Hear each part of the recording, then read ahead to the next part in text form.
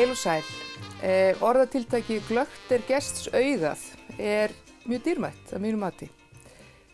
Það að fá sýn þeirra sem að bara koma svona að málum kannski úr annarri átt, bara hinum ýmsu málum, það getur hjálpað okkur til þess að sjá okkur sjálf í nýju og betra ljósi.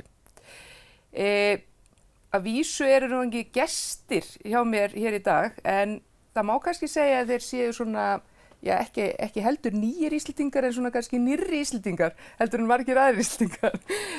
Þeir fluttu hingað til lands fyrir nokkrum árum og mér langaði til þess að fá þá félaga hingað í setti til mín, svona aðeins til þess að ræða við mig, bara ýmislegt þeirra líf, þeirra heimaslóðum, það sem þeir koma og líka bara svona þeirra sýn á uppeldi íslenskra barna og aðstæður ungdómsins í dag. Þeir hafa starfað mikið með krökkum í gegnum íþróttafélögin hérna á Akureyri og ég ákvað svona aðeins að fá að spjalla við þá þeirra sýn á íslenskt samfélag, kosti þess og líka galla, því við höfum gott að heyra það líka. Verið velkomnir.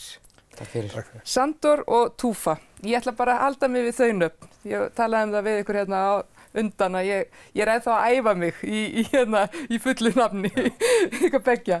En velkomnir, gott að sjá ykkur. Takk svo leiðis. Sandor, þú kemur frá Ungverjalandi og Tufa frá Serbíu. Og segið mér aðeins svona til að byrja með, hvenær flytið þið hingað og hvernig kom það til að þið flytið til Íslands? Ég kom 2004 og fekk símtal frá ungversleikmaður sem var að spila í Dalvík. Árið fyrir ég kom og hann bað mér að koma til Íslands og Káa var að leita markmaður og ég tók bara ferðataska og prófa bara. Við varum að tala bara eina vikur, bara svona reynsla og ég kom með umboðsmanni minn og hann sagði þetta bara 6 mánuðir, þetta bara stutt tímabil, skoðum bara. Og hverju varstu að spila út í Ungverjalandi? Hvernig liði varstu? Ég var að spila í úrvalsdeild í Ungverjaland og líka í Finnland. Ég kom frá Finnland til Íslands og bæði land ég var að spila í úrvalsdeild. Og vissur eitthvað Ísland, þekktur eitthvað til þessa lands? Já, bara ég veit ég er að fara norður og ég er búinn að skoða kortið og ekki mikið. Það var ekki mikið svona internetnotkun eins og í dag. Nei. Og ég fekk smá upplýsingar frá honum, leikmaður sem var að spila með Dalvík og mest var að tala við hann. Og þetta gerist svo hratt. Þú veist líka leikmannir og svo kemur bara símtal og þú gerir bara ákvörðun. Fara í eða ekki. Og ég held það var einn af besta ákvörðun sem ég tók. Já, við komum kannski að því seinna, það nefnilega, það hefði marga kosti í för með sér. En hvernig var það þegar þú komst til landsins? Hvernig birtist þetta land þér? Það birtist ekki, það var mars, það var dimmt og kalt og mikið snjó í Reykjavík. Já, komst í mars, þá eiginlega svolítið kraftaverk og skulle verið hérna ennþá, sko. Fyrir tímabilið og það var í byrjun mars. Leiðilegasti mánuður ársins. Og dimmt og ég kom strax til Akureyrar með flug og svona gerist. Og þú varst bara, þú tókst þessa viku og bara ákvaðstu svo að framlengja? Jú, þá líka Káa vissi ekkert hvað ég þeir fekk bara smá upplýsingar frá hinn leikmaður og þeir vildi vera viss, ég fútboltamaður, markmaður sem þeir vildi fá og þessi vikur var fyrir það, ég gerði nokkra æfingar, kynnast með liðinu og þjálfarar og Káa búinn að ákveða að semja við mig. Þetta var vikur reynslutími og svo ákvað Káa að semja við. En Tufa, hvenær komst þú? Þetta var bara svona svipað ferli eins og hjá Sandor. Ég kom reyndar svona 2 ára setna, 2006 og líka kom bara í Káa og ég segi ferli var bara svona nokkulega eins, umboðsmaður sem í rauninni frá sama heimaborg eins og ég í Serbíu. Hann búinn að búa nokkra ára í Reykjavík á Íslandi og hann svona bara hringdi mig og sagði að þeir eru að leita svona leikmann og þú til að stokka í þetta eins og Sandor segir svona 6-7 mánuði svona samning og Ég svona bara, hugsaði þetta aðeins og ákvað bara að stokka og prófa eitthvað nýtt og kom bara reyndar í janúar og svona fyndin var að í þessa tímapunkti þegar ég kom í janúar það var svona kaldara í Serbíu en hérna og ég sagði já, þetta verður gott en svo bara nokkra daga setna það kom svo mikið snjóra þá ég var svona aðeins að hugsa mig aftur og átti ég að gera rétt ákvörðun eða ekki en þetta var svona svipa, ég kom bara svona í vikureynslu og átti að fara bara útlandi til að svona græja allt dvalarleyfi og fleiri og kom bara einhvern tímann aftur í mars og þetta var svona eins árs samning og þá sjáum til eftir tímabil og tókum bara enn og aftur 1 ári viðbót og endanum núna komin ég held bara hvað mikið 12 ár síðan ég komin hingað. Og þú komstu hingað með fjölskyldu, þú átti konu þá og... Ég átti svona, þá vorum bara svona kærasta par sko, en lengi saman en ég kom bara fyrst sjálfur og bara líka til að tjekka hvernig þetta lítur út allt saman og hún kom bara í rauninni eins og gestir yfir sumarinn aðeins að hitta mér hér og þá svona ræðum þetta mikið saman. Þetta svona rétt skref fyrir okkur út en ég vildi ekki að vera einn hérna. Vildi bara annarkvort við komum báðir og vera hérna bara alveg eða kannski ekki bara heima aftur í Serbíu og við svona bara, ákoma, þetta var 2008 sem við svona byrjum að búa hérna saman.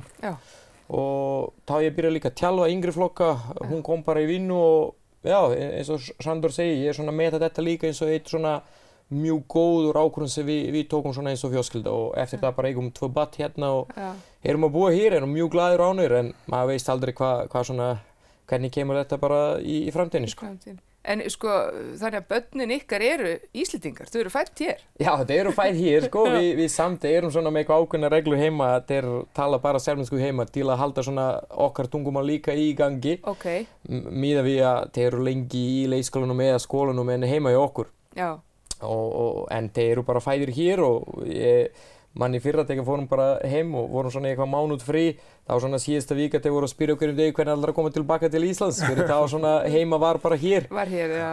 En annars eins og við erum bara mjög ánægðir hérna og þeir líka bara sjáum til hvernig þetta verður þannig okkar eða mitt líf var svona alltaf tengt fútboltanum og kona var inni alltaf að fylgja mér bæði þegar ég var að spila í Serbíu þá ég var aldrei mín heimaborg alltaf svona eitthvað annars að og hún var alltaf að fylgja og hún bara til í það enda held ég svo sjáum til bara hvað þú hlýtur að vera ágætur fyrst hún að fylgja þig ég vona það En Sandor, þú náttúrulega svo bara kynnist þú konu þannig að það var ekkert aftur snúið íslensku konu og það er erfitt að setja svona reglur eins og hjá Þúfa. Við erum með mörg tungumál í fjölskyldunni og sjálfsögðu ég tók ákvörðun að læra íslensku og krakkar eru í íslensku skóla að tala íslensku og eitt sem ég getur að gera fyrir fjölskyldan minn í Ungverjaland að tala eins mikið ég getur með krakkar. Að lesa kvöldið ungversku. Þannig að krakkarnir þínir kunna svolítið ungversku? Jú, þið getur alveg tala og sérstaklega ef við erum úti og hitta bara mamma mín og systir mínir þá Aron sem er 7 ára, hann er snillingur í ungversku. Viktor skilja allt saman sem ég að segja, hann blandar sér ekki að tala. Samt ég getur ekki selja hann, held ég. Svo ef ég að tala í símanum ungversk þá ég verð að passa mig. Og Sara bara oflítið. Hún er lítið til að dæma. Læra og fatta núna, þetta er ekki alveg eins og pappi eða mamma að segja. Nú eigið þið báðir börn hérna á Íslandi sem að þið eruð að ala upp og náttúrulega verið líka að þjálfa í fótboltanum krakka. Munurinn á bara uppeldi barna og aðstæðum versus eða miðað við hérna ykkar heimalönd, hver er hann? Er mikil munur. Er mikil munur í fjölskyldunni líka, skólanum og í æfingunni. Og eins og ég man eftir, við vorum svolítið mikið í æfingunni og ég vildi ekki haga meir eins og þjálfarar mínir gerði. Ekki sem gerði út í Ungverjalandi sem sagt? Já, Ungverjaland og samt gott sem þau gerði og þau búin að kenna okkur samt kannski í dag er ekki hægt að fara svona strong reglunar eins og mæta í rétt tíma. Við þurftum að mæta alltaf nokkra mínútur fyrir æfing tilbúin með fötin, skó, hreint og þá fútboltaæfing maður byrja. Ef þú var sent nokkra mínútur þá æfing var bara búin og þú var sendur heim. Og þetta er ekki hægt að gera í dag. Lífið er öðruvísi, fólk að vinna í öðruvísi tíma. Til dæmis hjá okkur, þá allir búin að vinna í sama vinnutíma. Pabbi voru að vinna alltaf 6 til 2 eða 2 til 10 á kvöldið. Og allir gerði þetta. Svo við vissum það, æfingar að byrja 5, þeir eiga nóg tíma að skuttla okkur eða að retta okkur. Í dag öðruvísi. Allir að vinna út allt og prófa sjálfsögðu hjálpa krakkinn að komast til æfingunni og það stundum það virkar ekki og við verðum að díla við það og sjálfsögðu þessi krakkar líka velkomin í æfingunni. En sko, stundum hugsa maður hvort þú megi fara einhvern veginn milliveginn. Ég veit ekki hvort að þú velt því fyrir þér svona miðað við það sem að þú þekkir heiman frá Ungverjalandi og svo hér. Sko, upplifir stundum að það sé ákveðið svona agaleysi hérna og eitthvað svona sem að væri vel hægt kannski að hafa í meiri skorðum, upplifir það? Ég með eitt gott dæmi fyrir svona millileið að síminn. Síminn bara aðalmál í dag. Krakkar, 8, 9, 10 krakkar komið með síminn og fyrir leikur, allir skoða síminn í klefanum og í rútunni. Og hvað þessi lína sem þú verð að segja, ok krakkar, nú við erum að einbeita okkur í fútboltaleikur og hættu með símann. Og ég á eitt mjög góður vinnir sem að þjálfa í Þýskaland, í Bundesliga, og hann sagði, það ekki hægt að taka alveg af síminn. Það bara fullorðið fólk lífa á símanum. Samt leikmannir verða að virða það. Við erum að fara í fútboltaleikur og 1,5 tíma fyrir leikur. Hann bara taka af síminn. Það var enginn með síma? Nei, og leikmaður þurfti að samþykkja þetta fyrir tímabilið og hann sagði í rútunni eitthvað ferð, ekkert mál að nota og hlusta eins og þið viljið og svo kom inn 1,5 tíma fyrir leikur, klefanum eða hvað sem það var ekki meira síminn hjá honum. Og hann sagði þetta virkar og leikmannir var tilbúin að taka þátt í þessu. Og þetta því dæmis eitt svona millileið. Já, ég held að þetta sé alveg sanngjörn krafa, sko. Ég myndi alveg segja það. Engin herægi, svo sem í henni. Ég man eins og eftir, ég var ekki búin að segja þér það, ég man einhvern veginn eftir að eiga samtal við þig. Ég var örugglega að fara að skýra barnið þitt. Og þá varst í tali eitthvað barnauppeldi og svona gjafir, jólagjafir og annað, ég man vorum eitthvað að tala um það og þá sagðir þú hefur verið svo rosalega hissa og verið svo lengi að venjast að sjá bara gjafir sem börn fengu hérna á Íslandi, jólagjafir og annað, hvað þetta var svona brjálæðislegt, þú veist, það var að fá tölvur og síma og eitthvað svona. Ég menn þetta þekkist ekki heima hjá þér? Nei, þetta fyrsta jól var þetta sem ég var á Ísland með Halldóru og þá ég var að upplifa svona hjól sem ég sér aldrei fyrir. Það allir búin að fá nóg mikið gjöf og flott og svona matur. Hjá okkur var líka þetta flott matur og fjölskylda kom saman og allir fekk gjöf sem hann vildi fá, svona drauma gjöf, samt einn og eitt stykki. Ég man eftir, ég var 14-15 ára, ég vildi fá svo mikið Adidas skó, bara svona venjulegt Sirius-skó og ég enda og getur að tekna fyrir ykkur hvernig þessi skó leit út. Ég vildi fá svo mikið og ég fekk og það var svona, ég var svona glaður, þegar aldrei gleyma það. Nei. Það getur ekki gerast núna í dag. Þetta svo breytist og þetta smá sjokk fyrir þetta, En hvað segir þú með svona munin, ég meina, sko, bara uppeldi barna hér og í Serbíu til dæmis og hvernig þú sem uppalandi kannski? Þetta mikið munur, eins og Sandra segir og ég held að ég búin að tala þetta nokkra sinnum, bæði svona við krakkana sem ég var að þjálfa og líka svona við fólki, sko, að í rauninni hjá okkur og þetta var svona samkeppni og baráttu fyrir eitthvað svona sitt pláss, hvorki þetta fútbolti eða eitthvað annað íþrótt svona frá bara síðan þú kannski 7, 8, 9 ára og eins og Sandra segir áðan, þú svona átti ekki kannski réttir til að gera eitthvað mistök, skilur, hvorki þetta svona sína eitthvað agaleysi eða mæta ekki eða þetta var svo mikið skilur að á endanum þú tördi að vinna vel fyrir þessu, skilur, til að verður bara ekki settur út og þá einhver annan kannski fá tækifæri út, en það svona samkeppni var svo mikið og í rauninni ég svona reyndi að finna svona eitthvað smá balans hérna. það var svona margt sem maður reyna að nota sem var sjálfur alinn upp utan ég til að súma svona hluti vanda hérna og svona alla flokka sem ég var að þjálfa, reyndar búinn að þjálfa svona bæði frá kannski 7. flokk og meistaraflokk í dag. Það ég svona reyndi að krakkarnir, hvorki þetta strákar að stelpur kynnast þannig við mig að við vitum nokkulega hvenær við erum að hafa gaman og hvenær erum að gera alvöru hluti, skiljum við. Og ef við erum að gera eitthvað alvöru sem bara hjálpa okkur að gera betri í fútboltanum, og ég tengt fútboltanum, skiljum við, þá svona ég langar að sjá hjá þeim sko akkurat þennan svona level af einbeitingu og já, bara svona virðingu fyrir þetta sem við erum að gera. En svo að sjálfsögðu vorum að finna alltaf svona eitthvað annan og svona plás fyrir þetta sem svona gaman og aðeins að slaka á. Og svo Sandor sagði við Síma sko, það svona vonandi einhverja leikmenn að horfa á það sko, hjá okkur svona, ég bara reyndi, erfitt kannski orð að segja bannað, en hjá okkur svona engin símar í klefunum sko, þegar þeir mætu æfingu og ekki eftir æfingu, utan aðstóða ekki að ég svona hata síma sko, ég sjálfur í síma mikið líka, en ég svona vildi að þegar þeir mæti í klefunum bara þeir vera saman, skilur, og tala saman og svona, og ég verður bara hrósa þeim, það svona gengur mjög vel,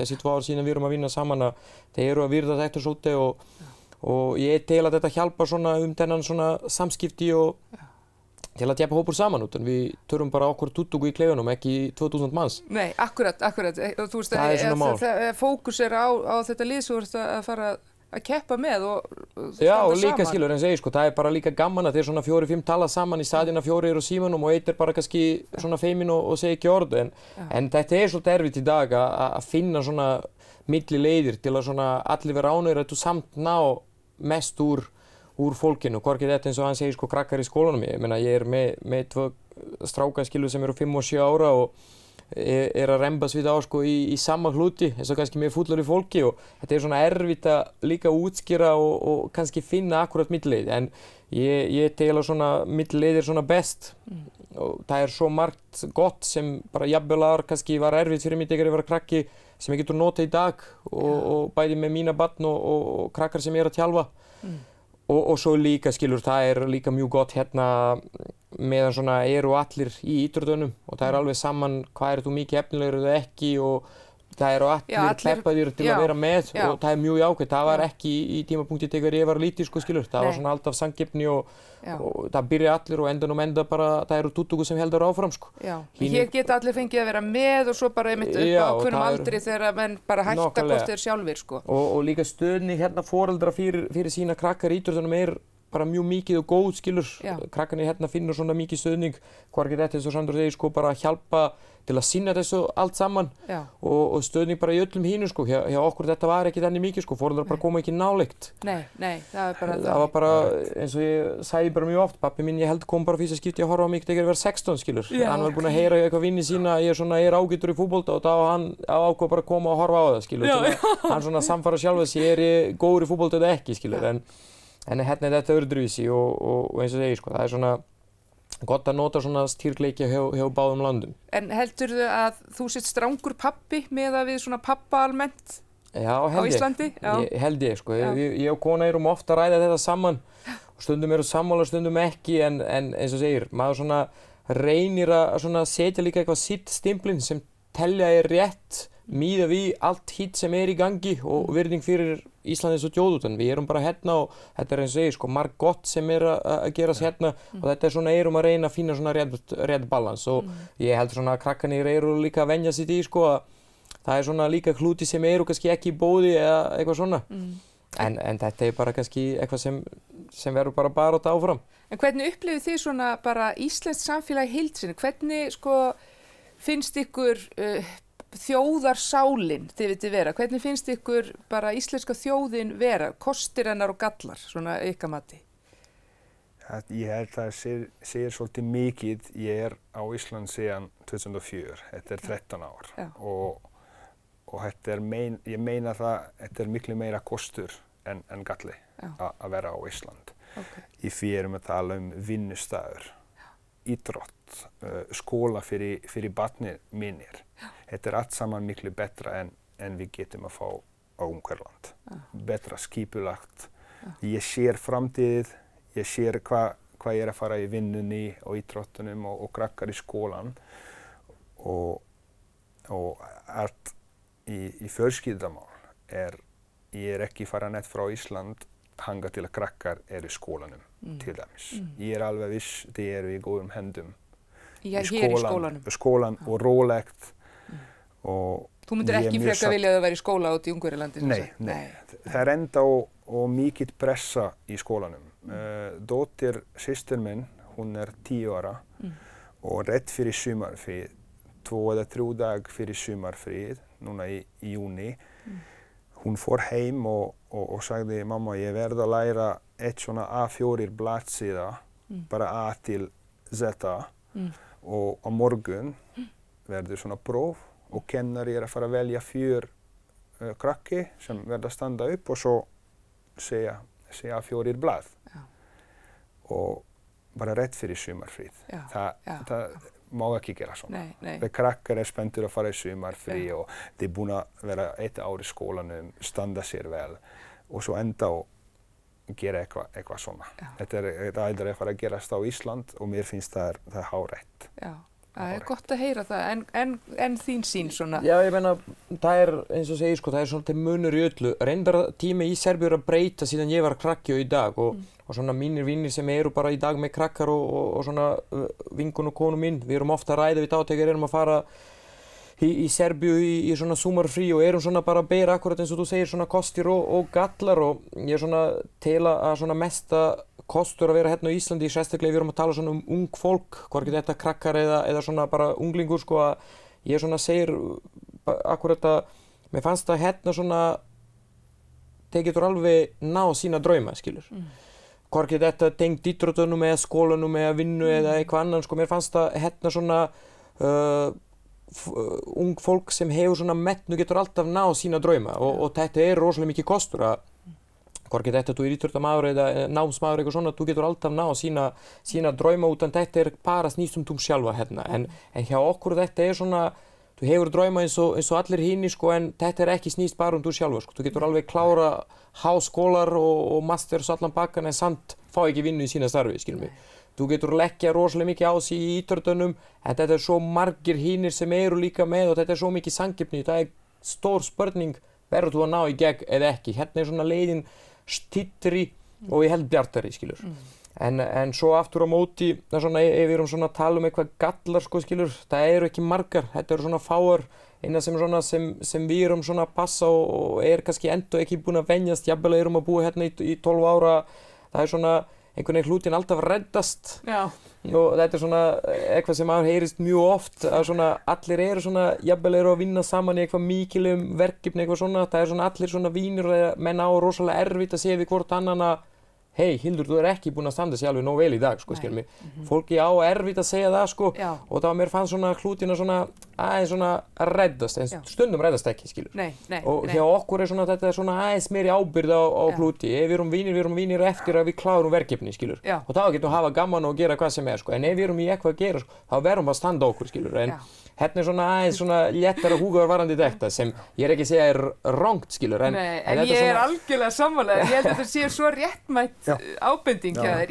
Hérna, að því að ég held að maður sko í raunverulega sé það líka streituvaldur að vera alltaf í þessu þetta reddast, því undir niðri þá verður maður líka kvíðinn yfir því hvort þetta hreinlega reddist eða ekki. Já, ég meina þetta kallar stundum og ég finnur þetta utan eins og segir, maður búinn að vinna hérna lengi sko með krakkanum síðan 7 ára núna upp í meðalslokk aldur sko sem bara fullorðnu fólki sko að þegar kemur svona mótliti sem í rauninni sko það ekkert að reddast þá þú verður sjálfur að stíga upp og gera, það ekki rosalega margir sem eru bara til í það sko skilum mig. Það þeir svona utan þeir aldrei búin að venja sitt í að þeir þarf að gera eitthvað sjálfur og kannski bara koma og leggja meira á sig þá svona komast inn í vegg og það ekki margir sem komast í gegn vegginn, sko, skilum við. Þannig að og þá kannski verður fólk, einmitt unga fólki, bara kvíðið og bara upp yfir höfnun og þetta sé allt svo erfitt, já. Nákvæmlega. Þetta svona eina sem ég svona séra og ofta að ræða, bæði heima hjá mér og með, eins og ég sko, með krakkana, með strákana mína í meðalslokki, sko, erum oft svona að ræða svona hluti og ég svona kemur og svona segir með svona smá mín reynslu vonandi að þetta svona aðeins að kíkja á þeim, sko, skilum við. Lífin svona, eins og ég sko, mikið upp og niður eins og pappi mér segir sko, en stundum bara miklu meira niður en upp, skilur, og þá svona maður verður bara klár. Þegar kemur erfiði tími líka. Já. Þetta finnst mér mjög góð lokaorð og ég vil bara segja við ykkur, Sandor og Tufa, að við erum ótrúlega heppin að hafa ykkur hérna. Takk sömuleiðis. Takk sömuleiðis. Það er bara alveg dásamlegt og verið bara alltaf á Íslandi, ekki fara. Það er dýrmætt að hafa ykkar reynslu hérna og sín. Og bara gangi ykkur vel í öllu því sem að þið eruð að sinna. Og við kveðjum hérna í dag, þökkum samfylgdina og sjáumst aftur í næstu viku.